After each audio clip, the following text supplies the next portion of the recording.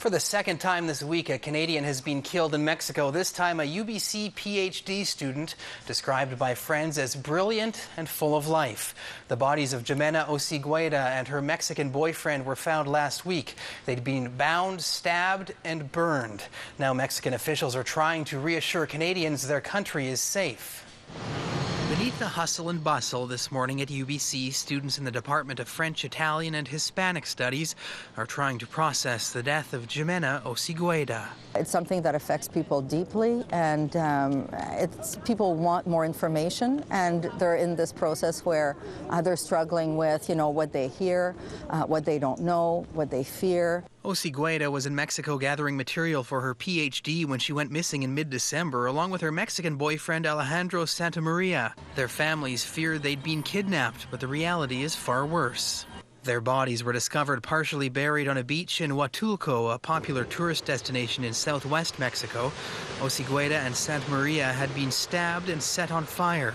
Mexican officials say they were identified through tattoos and moles. Mexican police believe the motive in the deaths could be robbery or a personal vendetta.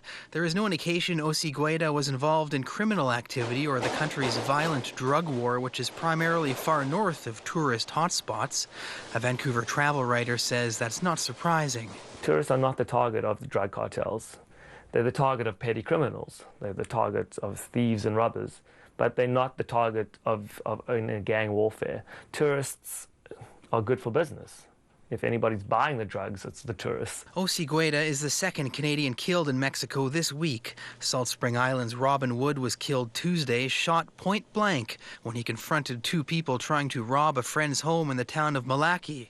The next day, a man was arrested in connection with Wood's death, but was later cleared. Experts say Mexican tourism is sure to take a hit, with many Canadians questioning whether the country is safe. That said, they point out the overall risk in recent years for someone staying at a resort is very low.